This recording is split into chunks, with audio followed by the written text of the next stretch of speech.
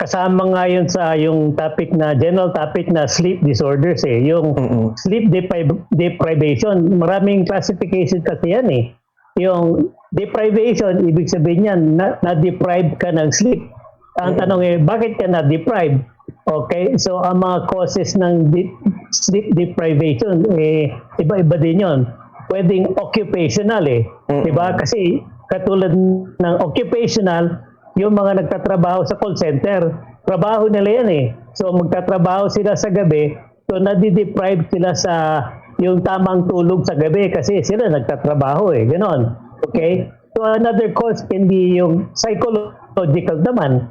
Ang psychological deprivation is yung oras ng tulog, yung dumating na oras na dapat ka matulog, hindi ka makatulog dahil may anxiety ka o kaya stressful, yung hindi ka makakonsentrate sa pagtulog.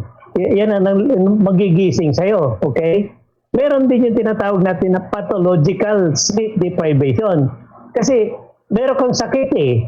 Yung sakit mo, istorbo yan sa tamang pagtulog mo. Example yan, yung mga sleep apnea. Yung barami yung lalamunan mo, kaya habang natutulog ka, gising ka ng gising.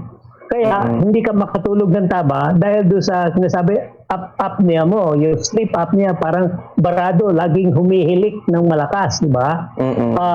Meron isang question na yung hindi natin na-realize, pero malnutrition.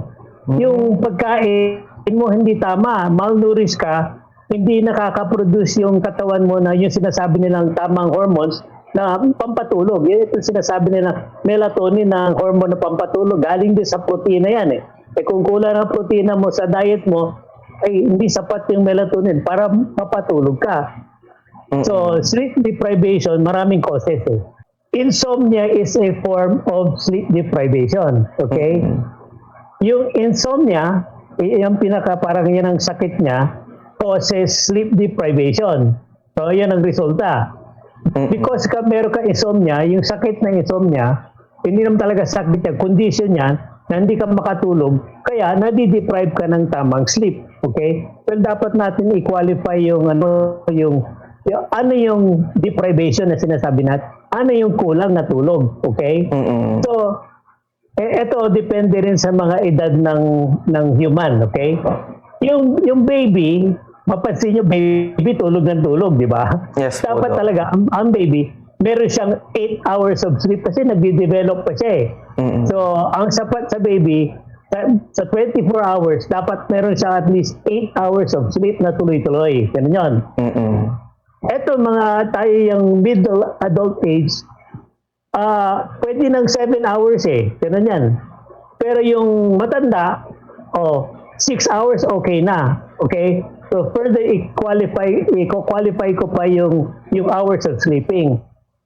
Ang tamang hours of sleep, yung sinasabi ko kanina, 6 to 8 hours, depende sa edad, di ba? Yes. Pero ang requirement, yung scientifically, medically, ang sinasabi nila, dapat meron kang deep sleep na yung resting for at least 2 hours of those sleeping times eh.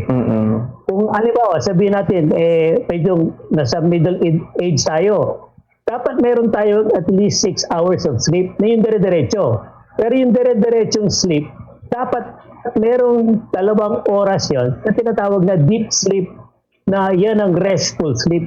Kasi kung putol-putol ang sleep mo, kahit na 6 hours ka, kulang pa rin yan eh. So, ibig sabihin, deprive ka sa tamang oras ng sleep.